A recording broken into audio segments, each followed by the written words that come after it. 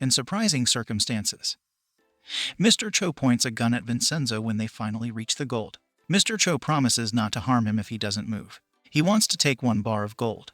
Mr. Cho leaves the dungeon, and Vincenzo follows. Vincenzo asks why he's only taking 1 and mentions the guillotine file.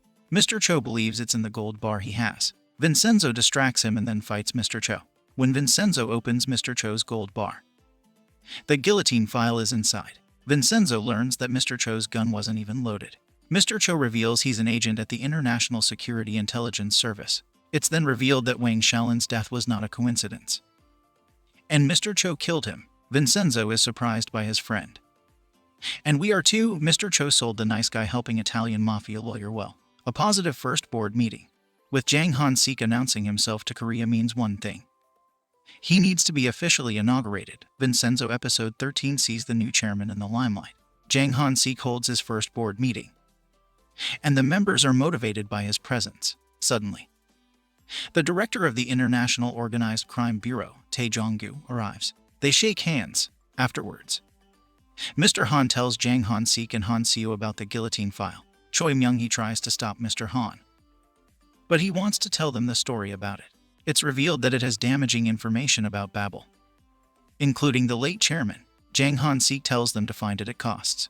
The residents are paranoid about the holiday. Everything to do with the gold turns into a comedic moment in this K-drama series.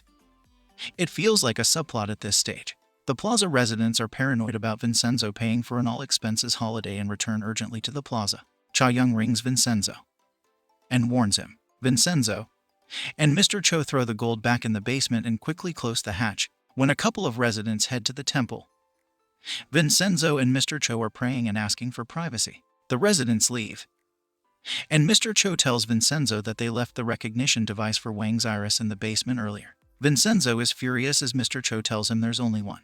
The men cry and continue to pray. Afterwards, Vincenzo guilt trips the residents for not believing in him. Cha Young, Vincenzo and their assistant are crestfallen that they will not be able to get to the gold again unless they demolish the plaza. As always, this is to be continued. Collecting the evidence. There's chaos at the union leader's funeral. Members are trying to stop it. These are funerals meant to boost morale at the union. Prosecutor Young tells Vincenzo and Cha Young that he needed the testimony of the union leader. Vincenzo tells them that they need to collect evidence their own way.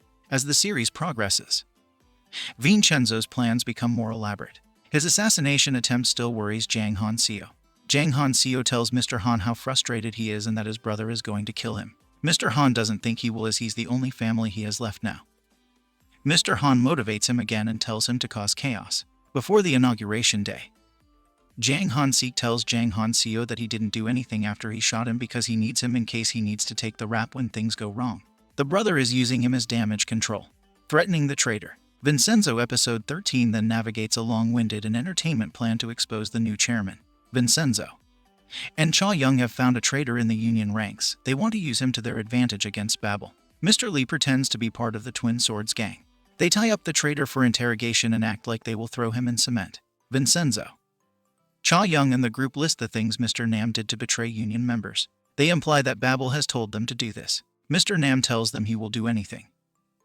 They force him to ring the team leader of the Babel Vision team, Park Chan-ki, and ask for 2 billion won without the taxes. The traitor accuses the team leader of trying to kill him and asks him to bring the money by the next day, or he'll disclose every order he has received from the Vision team. Vincenzo and Cha Young give Prosecutor Young an email from the Vision team to the company union leader to oppress the union members. It will be more than enough to get a search and seizure warrant for the Vision team. In return, Vincenzo wants something from Prosecutor Young before the raid. The ending. Leaving the interrogation, Jang Han-seok attends a lecture, and there's plenty of admiration for him. Meanwhile, Vincenzo gets himself some popcorn to share with Cha Young as they watch the show unfold.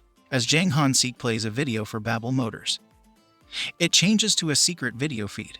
It shows the Vision team leader Park Chan-ki trying to give money to Mr. Nam to give back evidence of anti-union activities. Park Chan-ki doesn't bring enough money and tells Mr. Nam he does what the chairman tells him to do and that he's just a puppet. The audience is in shock. Meanwhile, Vincenzo and Cha Young enjoy their popcorn. Jang Han-seok looks up at the top of the theater and sees Vincenzo and Cha Young. Suddenly, a whole bucket of red liquid falls on Jang Han-seok. Cha Young tells Vincenzo that she feels like the mafia in the 60 seconds. Jang Han-seok looks up at Vincenzo and Cha Young clapping, and he looks furious. Jang Han-seok laughs at this unfolding. He senses a way out of his serious situation. Vincenzo episode 13 is an inventive, entertaining chapter as our leading lawyers find a way to expose the new chairman. This is clearly a transition to more dangerous remaining chapters.